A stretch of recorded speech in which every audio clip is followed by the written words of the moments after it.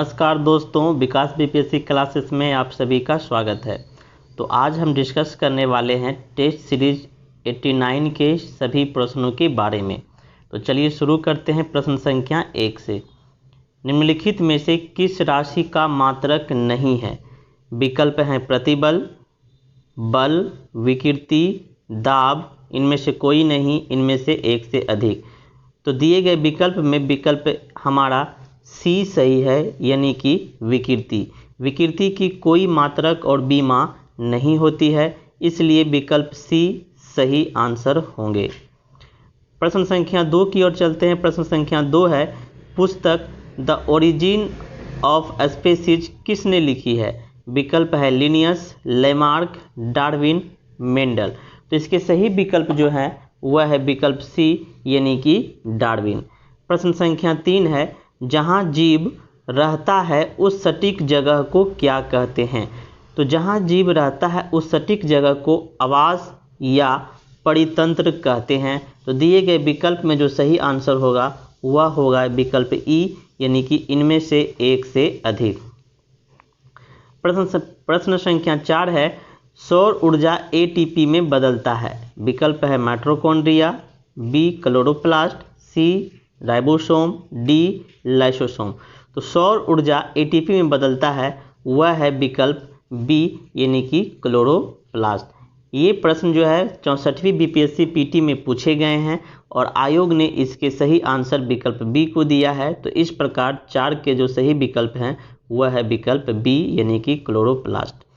प्रश्न संख्या 5 है, निम्नलिखित में से कौन सी घटना प्रकाश के प्रकीर्णन पर आधारित है? विकल्प ए है आकाश का रंग नीला दिखाई देना, यह बिल्कुल सही है। आकाश का रंग नीला दिखाई देना प्रकाश के प्रकीर्णन पर आधारित है। विकल्प बी है समुद्र का रंग नीला दिखाई देना, यह भी विकल्प सही है। सूर्योदय एवं सूर्यास्त के समय सूर्य का लाल दिखाई देना, यह भी विकल्प प्रकाश के प्रकीर्णन पर आधारित है। इंद्रधनुष का 7 रंग का दिखाई देना, यह आधारित नहीं है। तो चूंकि 5 के जो विकल्प हैं वह एक से अधिक विकल्प है, यानी 5 के जो सही विकल्प होंगे वह ई होंगे, इनमें से एक से अधिक।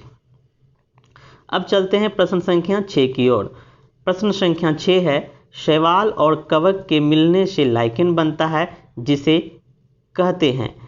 विकल्प है परजीवी, सहजीवी, मृतजीवी, पैरासाइटिज्म। तो शैवाल और कवक के मिलने से लाइकेन बनता है और लाइकेन एक सहजीविता का उदाहरण है।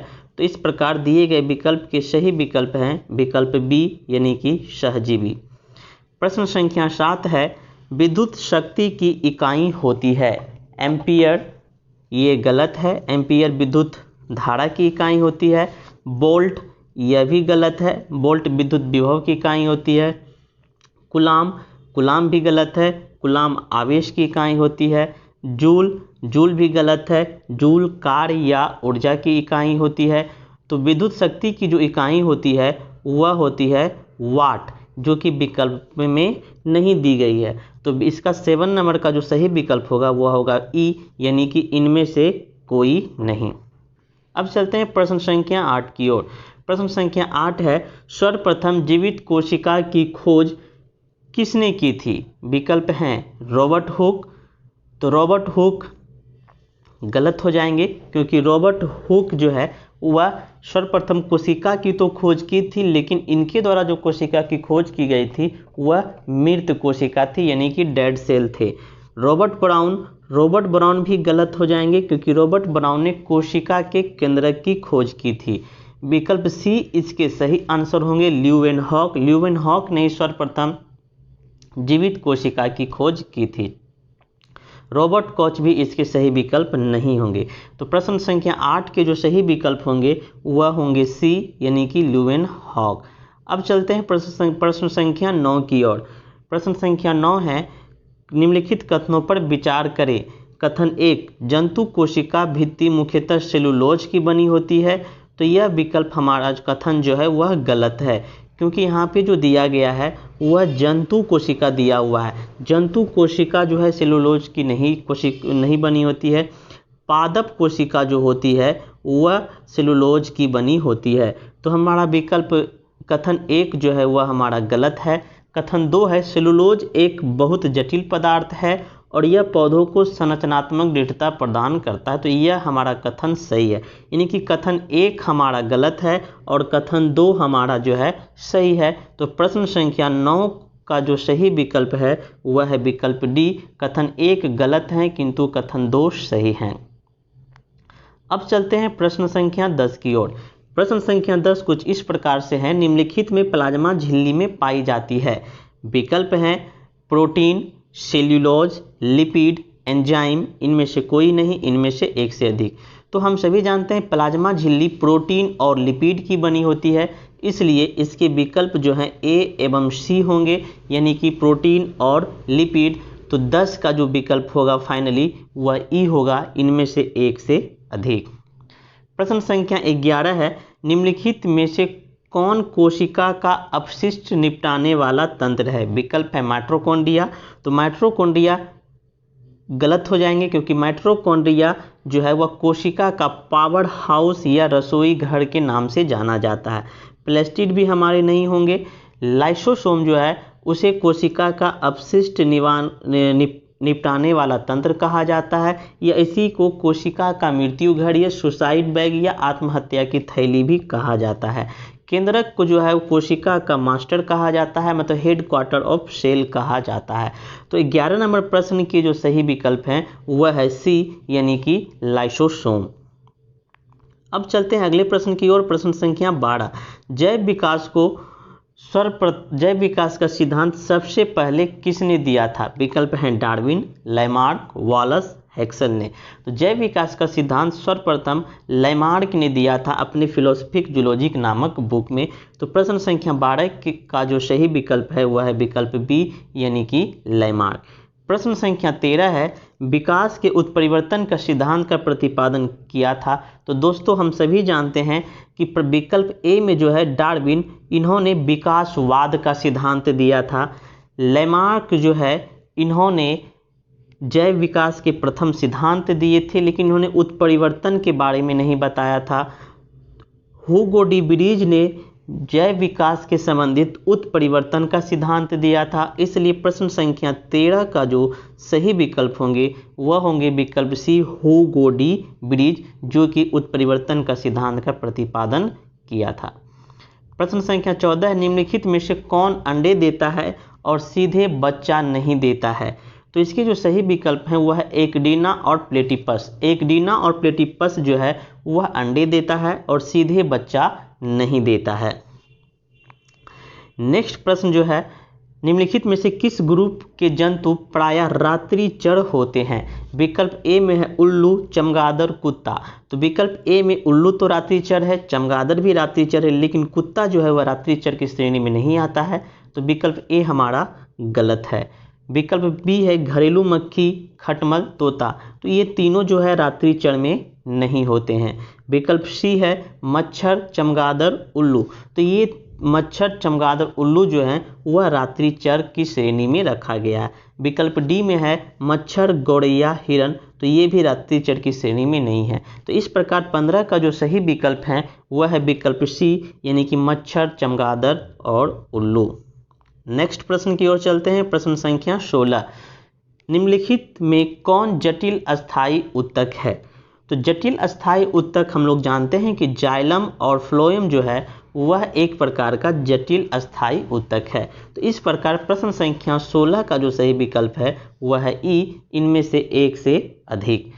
प्रश्न संख्या 17, पौधों में अस्टोमेटा कहाँ पाए जाते हैं। तो हम सभी जानते हैं कि पौधों में अस्टोमेटा पत्ती के एपिडर्मिस में पाए जाते हैं, जिसमें कि वाष्पोत्सर्जन की क्रिया होती है। तो प्रश्न संख्या 17 का जो सही विकल्प है वह है विकल्प बी, यानी कि पत्ती के एपिडर्मिस में। प्रश्न संख्या 18 है, निम्नलिखित में से कौन एक संयोजी ऊतक है। रक्त, तो रक्त एक प्रकार का संयोजी ऊतक है। हड्डी भी एक प्रकार का संयोजी ऊतक है और उपास्थि भी एक प्रकार का संयोजी ऊतक है। तो इस प्रकार से एक से अधिक विकल्प जो हैं वह संयोजी ऊतक हैं। तो प्रश्न संख्या 18 का जो सही विकल्प होंगे वह ई होंगे, इनमें से एक से अधिक। प्रश्न संख्या 19 है, निम्नलिखित में कौन समय का मात्रक नहीं है। ये प्रश्न काफ़ी इंपॉर्टेंट है और बहुत बार टेस्ट सीरीज में ये प्रश्न पूछे गए हैं और बहुत सारे प्रतियोगी परीक्षाओं में भी पूछे गए हैं। इसके विकल्प हैं प्रकाश वर्ष, अर्धवर्ष, लीप वर्ष, चंद्रवास। तो प्रकाश वर्ष जो है वह समय का मात्रक नहीं है, बल्कि प्रकाश वर्ष जो है वह दूरी का मात्रक है और निर्वात में प्रकाश के द्वारा एक वर्ष में तय की गई दूरी को जो है प्रकाश वर्ष कहते हैं और प्रकाश वर्ष जो है दूरी का मात्रक है। तो यह अब हम चलते हैं अगले प्रश्न संख्या 20 की ओर। निम्नलिखित में से कौन सा कथन सही नहीं है। विकल्प ए है विस्थापन में परिवर्तन की दर को त्वरण कहते हैं। तो यह विकल्प जो हमारा है वह गलत है।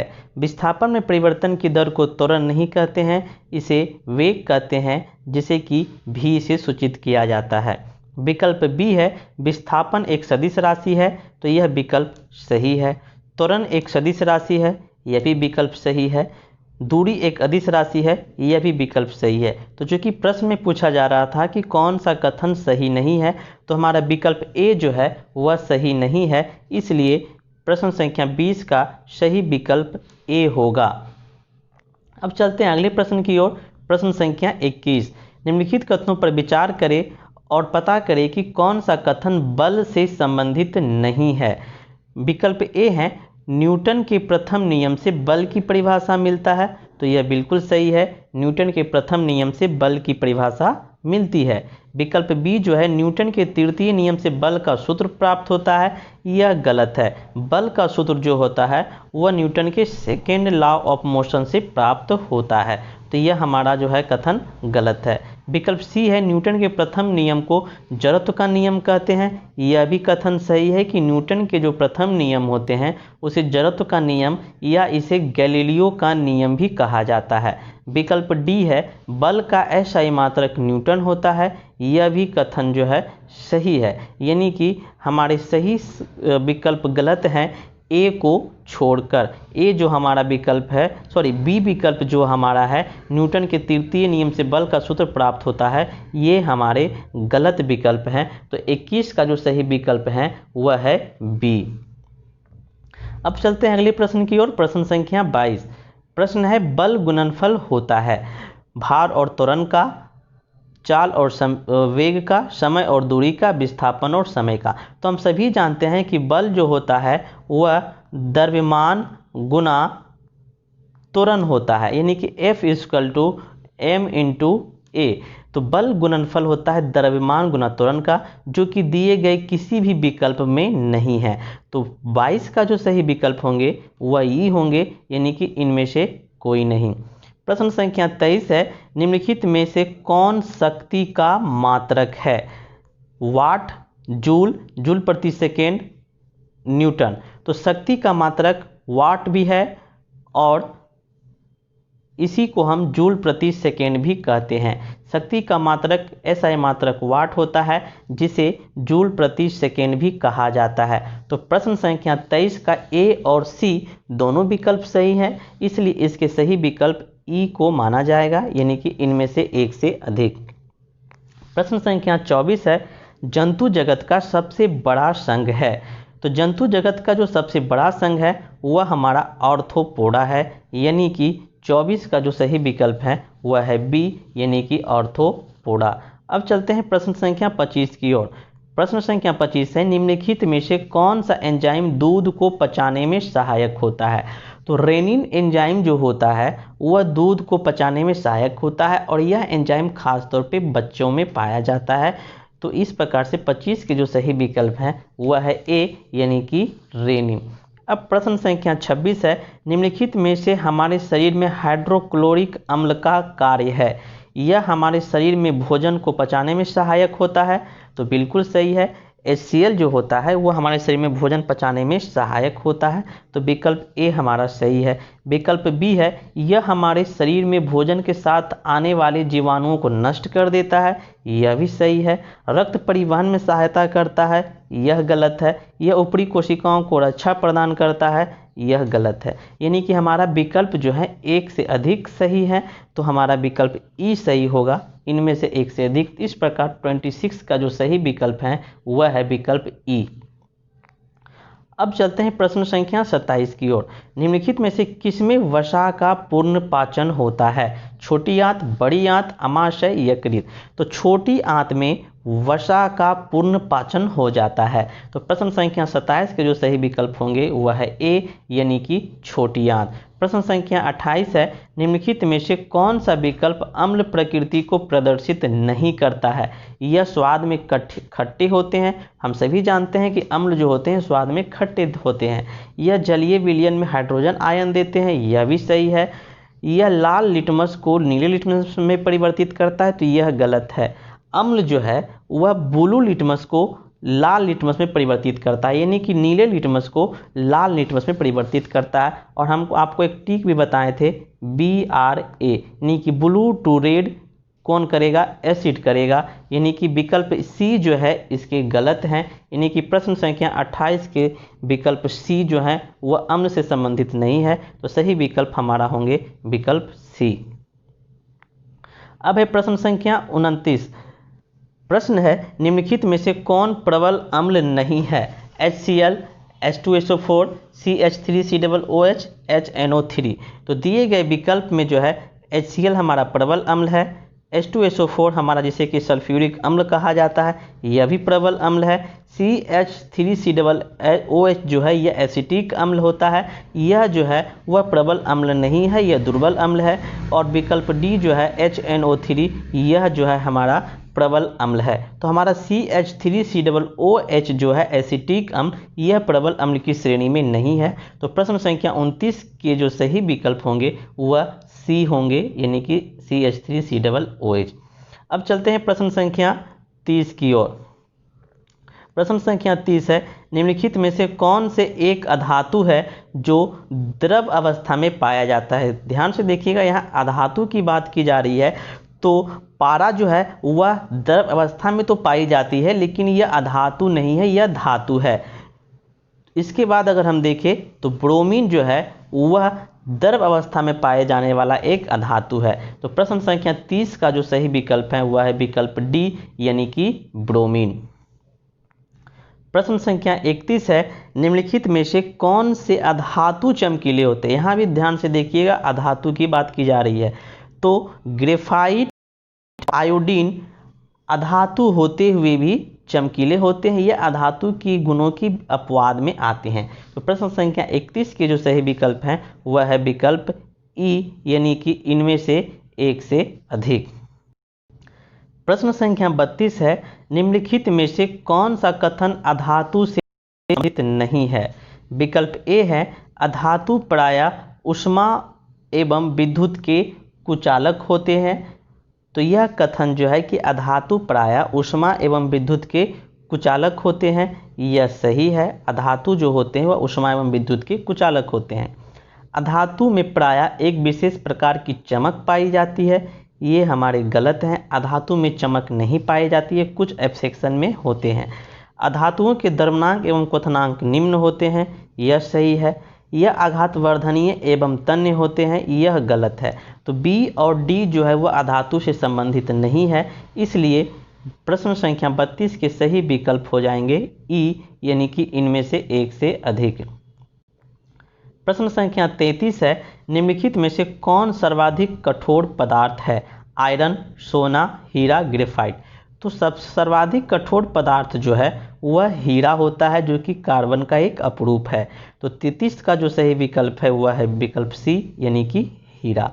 प्रश्न संख्या 34 है, निम्नलिखित में से कौन सा तत्व सर्वाधिक विद्युत ऋणात्मक वाले हैं? तो दिए गए विकल्प में जो फ्लोरीन जो है वह सर्वाधिक विद्युत ऋणात्मक वाले तत्व कहलाते हैं। तो प्रश्न संख्या 34 के सही विकल्प हैं ए, यानी कि फ्लोरीन। प्रश्न संख्या 35 है, निम्नलिखित में से सर्वाधिक क्रियाशील धातु कौन है? तो हम सभी जानते हैं कि पोटासियम की क्रियाशीलता सबसे अधिक होती है, यानी कि 35 के जो सही विकल्प हैं वह है विकल्प सी, यानी कि पोटासियम। प्रश्न संख्या 36 है, विद्युत धारा को मापा जाता है। तो विद्युत धारा को हम लोग अमीटर से मापते हैं। तो प्रश्न संख्या 36 के जो सही विकल्प हैं वह है सी, यानी कि अमीटर। एम्पियर की अगर बात करते हैं तो यह विद्युत धारा की SI यूनिट है। विद्युत धारा को इसमें मापा नहीं जाता है, बल्कि यह एक यूनिट है। अगर इंस्ट्रूमेंट की बात करते हैं तो विद्युत धारा को अमीटर में मापा जाता है। प्रश्न संख्या 27 है, निम्नलिखित एसआई यूनिटों में कौन सम्मिलित नहीं है? तो कार्य, हम सभी जानते हैं कार्य की एसआई यूनिट जूल होते हैं, यह सही है। बल का न्यूटन होते हैं, यह भी सही है। शक्ति का वाट होता है, यह भी सही है। दाब का पास्कल होता है, लेकिन यहाँ पे डायन दिया हुआ, यह गलत है। यानी कि प्रश्न संख्या 37 का जो सही विकल्प है वह है डी, जो कि सम्मिलित नहीं है। प्रश्न संख्या 38, सोनार निम्नलिखित द्वारा प्रयोग में लाया जाता है। तो सोनार का प्रयोग जो है वह नौ संचालकों द्वारा किया जाता है समुद्री दूरी को मापने में। तो 38 का जो सही विकल्प है वह है डी, यानी कि नौ संचालकों द्वारा। प्रश्न संख्या 39 है, दूध का घनत्व किसके द्वारा मापा जाता है? Lactometer, hydrometer, barometer, pyrometer. तो दूध का घनत्व की अगर बात किया जाए तो उसे लैक्टोमीटर से मापा जाता है, जिसे दूध की शुद्धता भी मापा जाता है। तो इस प्रकार से 39 का जो सही विकल्प है वह है ए, लैक्टोमीटर। प्रश्न संख्या 40 है, गुरुत्वाकर्षण का सार्वभौमिक नियम का प्रतिपादन किसने किया था?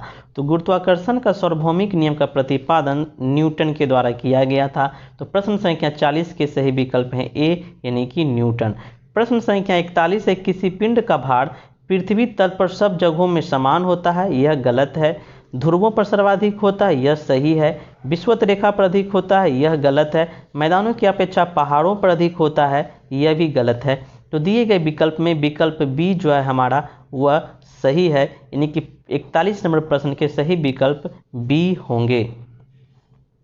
अब चलते हैं प्रश्न संख्या 42 की ओर। प्रश्न है, प्रकाश की गति निम्नलिखित में से किसके बीच से जाते हुए न्यूनतम होगी? निर्वात, कांच, जल, वायु। तो हम सभी जानते हैं कि प्रकाश की चाल जो होती है सर्वाधिक वह निर्वात में होती है, लेकिन यहाँ पे न्यूनतम पूछ रहे हैं तो दिए गए विकल्प में कांच में जो प्रकाश की चाल होगी वह न्यूनतम होगी। तो 42 नंबर प्रश्न के सही विकल्प होंगे विकल्प बी। प्रश्न संख्या 43 है, निम्नलिखित कथनों पर विचार करें और पता करें कि कौन सा कथन सही है। कथन 1 है, दूरदृष्टि दोष के उपचार के लिए उत्तल लेंस का प्रयोग किया जाता है, बिल्कुल सही है। कथन 2 है, निकट दृष्टि के उपचार के लिए अवतल दर्पण का उपयोग किया जाता है, यह गलत है, क्योंकि यहाँ पे अवतल दर्पण दे दिया गया है, जबकि निकट दृष्टि दोष के उपचार के लिए अवतल लेंस का प्रयोग किया जाता है। तो यहाँ पे हम क्या देखा कि केवल हमारा कथन 1 जो है वह क्या है, सही है, यानी कि हमारा 43 का जो सही विकल्प है वह है विकल्प ए। प्रश्न संख्या 44 है, डेसिबल किसे मापने में प्रयोग में लाया जाता है? खून में हेमोग्लोबिन, पेशाब में शक्कर, वातावरण में ध्वनि, वायु में कण। तो डेसिमल का प्रयोग जो है वह वातावरण में ध्वनि को मापने में किया जाता है। तो इस प्रकार सही विकल्प होंगे हमारे सी। प्रश्न संख्या 45 से निम्नलिखित में से किसकी तरंग की लंबाई सबसे अधिक होगी? तो रेडियो तरंग की लंबाई जो होती है वह सर्वाधिक होते हैं। तो 45 नंबर प्रश्न के सही विकल्प होंगे विकल्प डी, यानी कि रेडियो तरंग। प्रश्न संख्या 46 है, फ्लोरोसेंट ट्यूब में फ्लोरोसेंट ट्यूब में कौन सी गैस भरी होती है? विकल्प है नियॉन, सोडियम, मरकरी और मरकरी तथा नियॉन। तो प्रश्न संख्या 46 के सही विकल्प होंगे मरकरी और नियॉन। फ्लोरोसेंट ट्यूब में मरकरी मतलब कुछ अक्रिय गैसों के साथ पारे का वाष्प को भरा जाता है, इसलिए प्रश्न संख्या 46 के सही विकल्प जो होंगे वह होंगे विकल्प डी, यानी कि मरकरी और नियॉन। प्रश्न संख्या 47 है, गोताखोरों के सांस लेने संबंधित क्रिया में उपयोग किए जाने वाली गैस है। तो गोताखोर जो है वह सांस लेने के लिए ऑक्सीजन तथा हीलियम का प्रयोग करते हैं। तो प्रश्न संख्या 47 के जो सही विकल्प होंगे वह बी होंगे, ऑक्सीजन तथा हीलियम। प्रश्न संख्या 48 है, बंगाल की खाड़ी में समुद्री डकैती हेतु हुगली का उपयोग कौन करता था? तो हुगली का उपयोग डकैती के लिए प्रयोग जो है वह पुर्तगाल के द्वारा किया जाता था। तो प्रश्न संख्या 48 के जो सही विकल्प हैं वह है विकल्प सी, और ये प्रश्न जो है पिछले 65वीं बीपीएससी पीटी एग्जाम में पूछे गए थे। नेक्स्ट प्रश्न है, अष्टप्रधान का गठन किसने किया था? चंद्रगुप्त, अशोक, हर्षवर्धन, शिवाजी। तो हम सभी जानते हैं कि अष्टप्रधान का गठन जो है वह शिवाजी के द्वारा किया गया था। तो 49 नंबर प्रश्न के सही विकल्प हैं विकल्प डी। ये भी प्रश्न बीपीएससी में पूछे गए हैं। प्रश्न संख्या 50 है, डच ईस्ट इंडिया कंपनी किस वर्ष अपनी फैक्ट्री को स्थापित किया? तो डच ईस्ट इंडिया कंपनी की स्थापना सन 1602 ईस्वी में की गई। विकल्प में 1601 है, 1632 है, 1674 है, 1651 है, यानी कि इसके सही विकल्प होंगे विकल्प ई, यानी कि इनमें से कोई नहीं। यह भी 64वीं बीपीएससी एग्जाम में पूछे गए प्रश्न है। प्रश्न संख्या 51 जो है वह है, मध्यकालीन भारत में सूबेदारी व्यवस्था क्यों लागू की गई थी? राजस्व एकत्रित करने में? तो ये गलत है। राजस्व एकत्रित करने के लिए सूबेदारी नहीं बल्कि दीवानी व्यवस्था को लागू की गई थी। प्रश्न संख्या बी है, सैनिकों की सुगमता से भर्ती हेतु? यह सही है। सैनिकों की सुगमता की भर्ती हेतु कार्य जो है वह सूबेदारी के अंतर्गत किया जाता था। धार्मिक सद्भाव की स्थापना हेतु? यह गलत है। स्वच्छ प्रशासन को सुनिश्चित करने के लिए? यह भी कथन सही है। तो दिए गए विकल्प में विकल्प बी तथा डी जो है वह सूबेदारी व्यवस्था से तात्पर्य रखते हैं। सूबेदारी व्यवस्था जो है वह अकबर के काल से प्रसिद्ध हुई थी और यह व्यवस्था जो है वह किसी प्रांत के सैनिक सुगमता और वहाँ के स्वच्छ प्रशासन को देखरेख के लिए बनाया जाता था। तो प्रश्न संख्या विकल्प के जो सही विकल्प हैं वह है विकल्प ई, यानी कि इनमें से एक से अधिक। प्रश्न संख्या 52 है, भारत में किसके शासनकाल में इंग्लिश ईस्ट इंडिया कंपनी का गठन हुआ? तो हम सभी जानते हैं कि भारत में जब ईस्ट इंडिया कंपनी का गठन हुआ था उस समय अकबर के शासनकाल था, यानी कि ईस्ट इंडिया कंपनी का गठन की अगर हम बात करते हैं तो 31 दिसंबर 1600 ईस्वी को ईस्ट इंडिया कंपनी का पूर्ण रूप से गठन किया गया था और उस समय भारत में मुगल बादशाह अकबर का शासनकाल था। इसलिए दिए गए विकल्प में विकल्प बी सही है, यानी कि अकबर। प्रश्न संख्या 53 है, निम्न में से किस देशी रियासतों को अंग्रेज ने अपने क्षेत्र में नहीं मिलाया था? तो दिए गए विकल्प में ग्वालियर जो है इसे अंग्रेज ने अपने क्षेत्र में नहीं मिलाया था। बाकी सारे विकल्प में जो दिए गए हैं उसे अंग्रेजों ने अपने क्षेत्र में मिलाया और वहाँ पे अपने साम्राज्यवादी नीति का विस्तार किया। तो 53 नंबर प्रश्न का सही विकल्प है बी, यानी कि ग्वालियर। प्रश्न संख्या 54 है, प्लासी का युद्ध 1757 अत्यधिक ऐतिहासिक महत्व का था क्योंकि इसने भारत में फ्रेंच शक्ति का अंत कर दिया? ये गलत है। फ्रेंच शक्ति का अंत इस युद्ध के तहत नहीं की गई थी। विकल्प बी है, इसमें बंगाल में ब्रिटिश वर्चस्व के मार्ग को प्रशस्त किया? यह सही है। विकल्प सी है, इसने ब्रिटिश प्रभुत्व को पूरी तरह से स्थापित कर दिया? तो ये गलत है। ब्रिटिश प्रभुत्व को पूरी तरह स्थापित प्लासी के युद्ध में नहीं जबकि बक्सर के युद्ध में हुई थी। सिराजुद्दौला के खिलाफ सभी विश्वासघाती मारे गए? यह भी गलत है। सिराजुद्दौला के खिलाफ कोई भी विश्वासघाती प्लासी के युद्ध में नहीं मारे गए थे। तो हमारा जो सही विकल्प है वह है विकल्प बी, यानी कि इसने बंगाल में ब्रिटिश वर्चस्व के लिए मार्ग प्रशस्त किया था। तो प्रश्न संख्या 54 का जो सही विकल्प है वह है बी।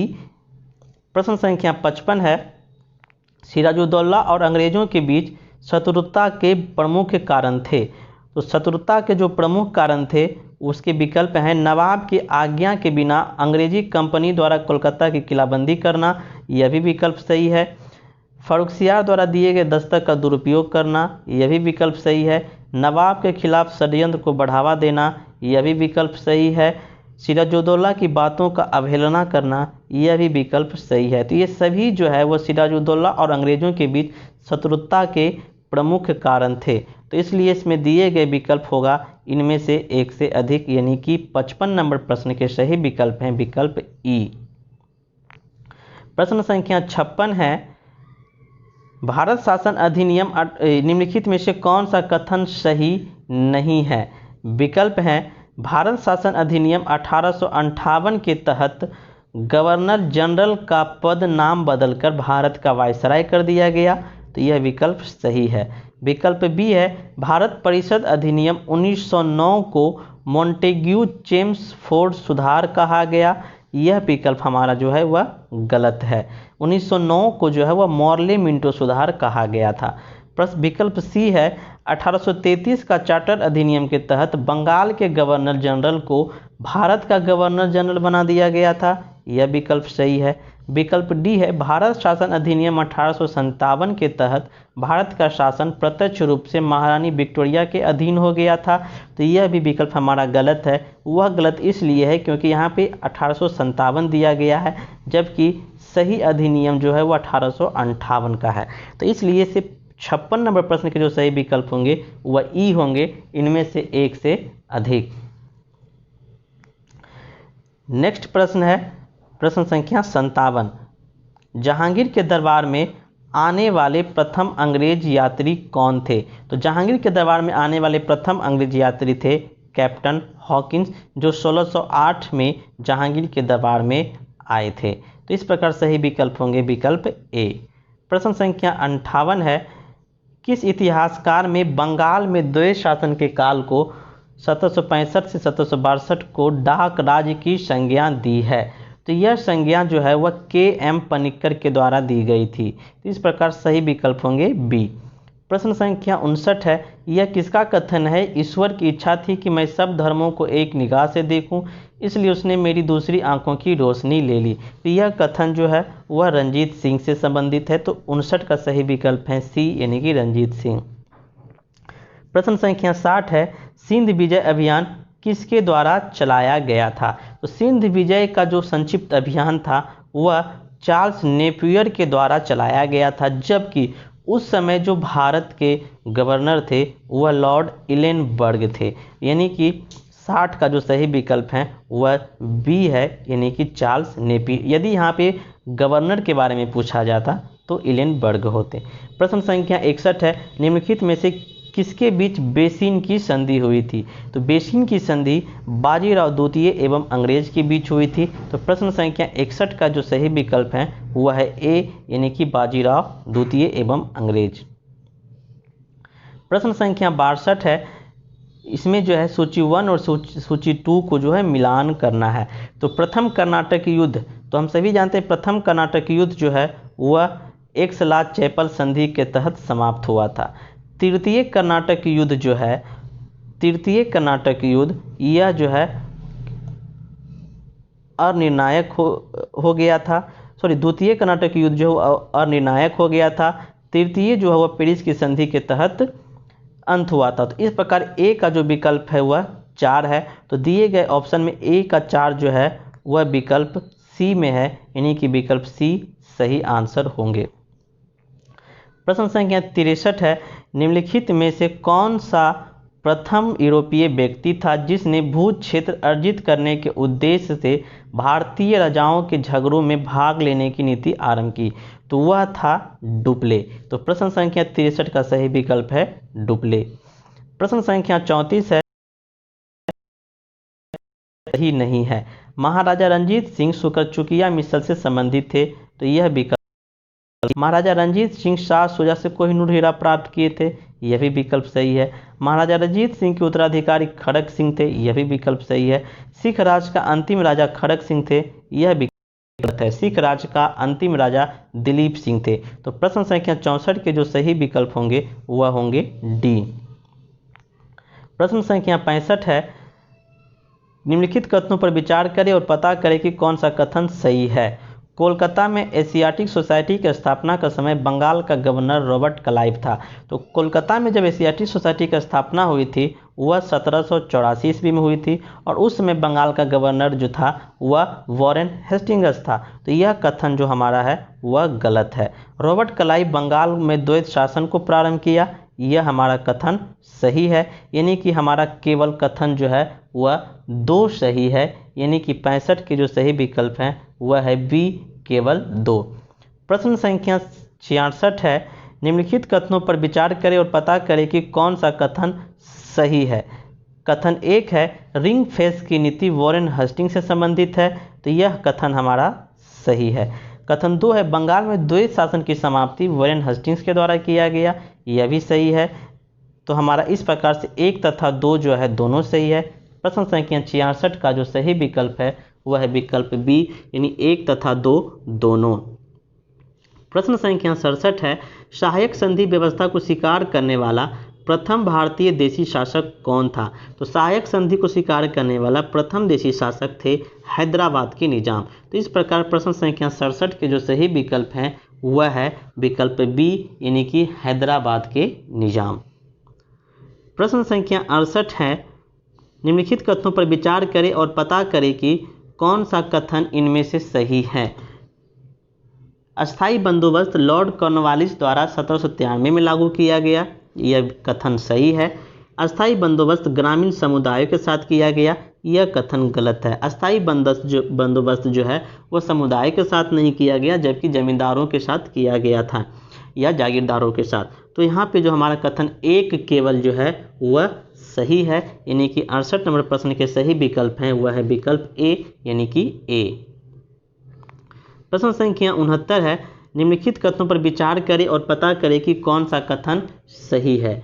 विकल्प है रैयतवाड़ी प्रथा थॉमस मुनरो एवं कैप्टन रीड के द्वारा प्रारंभ की गई थी, तो यह विकल्प सही है, कथन सही है। कथन 2 है इसे मद्रास एवं बम्बे प्रेसिडेंसी में लागू की गई थी, तो यह भी कथन जो है सही है। तो प्रश्न संख्या 69 के दोनों कथन जो हैं वह सही है, इसलिए 69 नंबर प्रश्न के जो सही विकल्प होंगे वह 1 तथा 2 दोनों सही होंगे। प्रश्न संख्या 70 है, निम्नलिखित में से कौन से व्यक्ति बिहार में 1857 के विद्रोह से संबंधित है? बाबू कुंवर सिंह, अमर सिंह, हरिकिशन सिंह, पीर अली। तो ये सभी नेता जो हैं वह 1857 के विद्रोह से संबंधित है, यानी प्रश्न संख्या 70 के सही विकल्प हैं ई, इनमें से एक से अधिक। क्योंकि यहाँ पे यह प्रश्न नहीं पूछा जा रहा है कि 1857 के विद्रोह के नेता कौन थे, तो वो बाबू वीर कुंवर सिंह होता है, या कौन विद्रोह को नेतृत्व कर रहे थे। यहाँ पे है कि संबंधित है, तो बाबू कुंवर सिंह भी संबंधित थे, अमर सिंह भी संबंधित थे, हरिकिशन, पीर अली सारे संबंधित हैं। तो इस प्रकार सही विकल्प हमारे हो जाएंगे विकल्प ई। प्रश्न संख्या 71 है, निम्नलिखित वर्गों में से किसने 1857 के विद्रोह में भाग नहीं लिया और विद्रोह से तटस्थता बनाए रखा? खेतिहर मजदूर, तो खेतिहर मजदूर जो है वह 1857 के विद्रोह में भाग लिए थे। साहूकार वह भाग नहीं लिए थे। कृषक भाग लिए थे, जमींदारों ने भाग नहीं लिया था। तो 2 एवं 4 यानी साहूकार और जमींदार जो है भाग नहीं लिए थे, इसलिए दिए गए विकल्प में विकल्प डी सही है, 2 एवं 4। प्रश्न संख्या 72 है, 19वीं शताब्दी के दौरान होने वाले बहावी आंदोलन का मुख्य केंद्र था। तो बहावी आंदोलन का जो मुख्य केंद्र था वह पटना था, यानी कि बी। प्रश्न संख्या 73 है, निम्नलिखित कथनों में से कौन सा कथन सही नहीं है? पागलपंथ की स्थापना करम शाह के द्वारा की गई थी, सही है। फराजी विद्रोह का नेता दादू मियाँ थे, यह भी सही है। फराजी हाजी शरीयतुल्लाह के अनुयायी थे, यह भी सही है। कूका आंदोलन को गुरु रामदास ने संगठित किया था, यह यहाँ पे गुरु रामदास नहीं गुरु राम सिंह ने संगठित किया था। गुरु रामदास जो सिखों के गुरु से संबंधित थे। तो यहाँ पे 73 नंबर प्रश्न के विकल्प डी जो है वह सही नहीं है, इसलिए इसके सही विकल्प होंगे विकल्प डी। प्रश्न संख्या 74 है, निम्नलिखित में से कौन सा कथन संथाल विद्रोह से संबंधित नहीं है? संथाल विद्रोह का प्रारंभ 1855 से 56 ईस्वी में हुआ, सही है। संथाल विद्रोह बिहार की प्रमुख जनजातीय विद्रोह है, यह भी सही है। संथाल विद्रोह का नेतृत्व बिरसा मुंडा ने किया था, ये कथन गलत है। संथाल विद्रोह का नेतृत्व जो है सिंधु कान्हू एवं भैरव चांद ने किया था।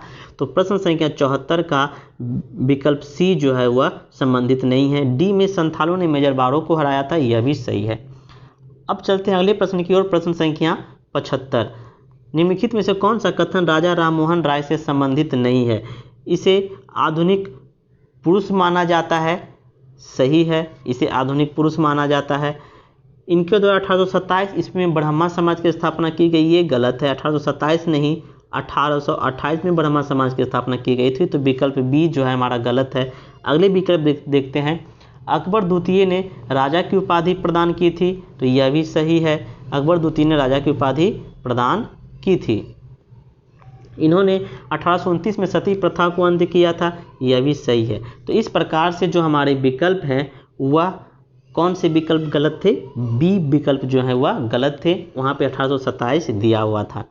प्रश्न संख्या 76 है, थियोसॉफिकल सोसाइटी की स्थापना किसके द्वारा की गई थी? तो मैडम HP ब्लॉसवस्की द्वारा थियोसॉफिकल सोसाइटी की स्थापना की गई थी। प्रश्न संख्या 77, जिस आदिवासी नेता को जगत पिता या धरती का आबा कहा जाता था वह था। तो बिरसा मुंडा को जगत आबा या धरती का पिता भी कहा जाता था। प्रश्न संख्या 78, विधान पालिका प्रथम बार द्विसदनीय कब बनाई गई थी। तो 1919 में जो है प्रथम बार जो है 1919 के भारत सरकार अधिनियम के द्वारा प्रथम बार भारत की विधान पालिका जो है वह द्विसदनीय बनाई गई थी। प्रश्न संख्या 79 है, भारतीय संविधान सभा का गठन किया गया था। भारत सरकार अधिनियम 1935 के अंतर्गत, क्रिप्स योजना 1942 के अंतर्गत, कैबिनेट मिशन योजना 1946 के अंतर्गत, माउंटबेटन योजना 1939 के अंतर्गत। तो सही विकल्प है हमारा सी, कैबिनेट मिशन योजना 1946 के अंतर्गत। प्रश्न संख्या 80 है, निम्नलिखित कथनों में से कौन सा कथन सही नहीं है। संविधान सभा का गठन 9 दिसंबर 1946 को की गई थी, यह बिल्कुल सही है। इसी दिन इसका गठन भी किया गया था और प्रथम अधिवेशन किया गया था और उसी दिन जो है इसकी गठन भी की गई थी। उद्देश्य प्रस्ताव को 13 दिसंबर 1946 का संविधान सभा में जवाहरलाल नेहरू ने पेश किया था, यह भी सही है। उद्देश्य प्रस्ताव को संविधान सभा में 22 जनवरी 1947 को पारित कर दिया गया था, यह भी सही है। भारतीय संविधान का प्रथम प्रारूप भीमराव अंबेडकर के द्वारा तैयार किया गया था, यह कथन जो हमारा है वह गलत है। प्रथम प्रारूप जो है वह BN राव के द्वारा किया गया था। तो प्रश्न संख्या 80 के जो सही विकल्प हैं वह है विकल्प डी, जो कि सही नहीं है। प्रश्न संख्या 41, निम्नलिखित में से कौन सुमेलित नहीं है। मौलिक अधिकार रूस, ये सुमेलित नहीं है। मौलिक अधिकार संयुक्त राज्य अमेरिका से लिए गए हैं। मौलिक कर्तव्य जो है वह अमेरिका दिया हुआ, यह भी गलत है। मौलिक कर्तव्य रूस से लिए गए। नीति निर्देशक तत्व आयरलैंड से, सही है। समवर्ती सूची ऑस्ट्रेलिया से, सही है। तो यहाँ पे ए और बी दोनों सुमेलित नहीं है। इस प्रकार 81 का जो सही विकल्प हो जाएंगे वह ई हो जाएंगे, इनमें से एक से अधिक। प्रश्न संख्या 42 है, निम्नलिखित अनुसूचियों में से कौन सुमेलित नहीं है। चतुर्थ राज्यसभा में स्थानों का आवंटन, सही है।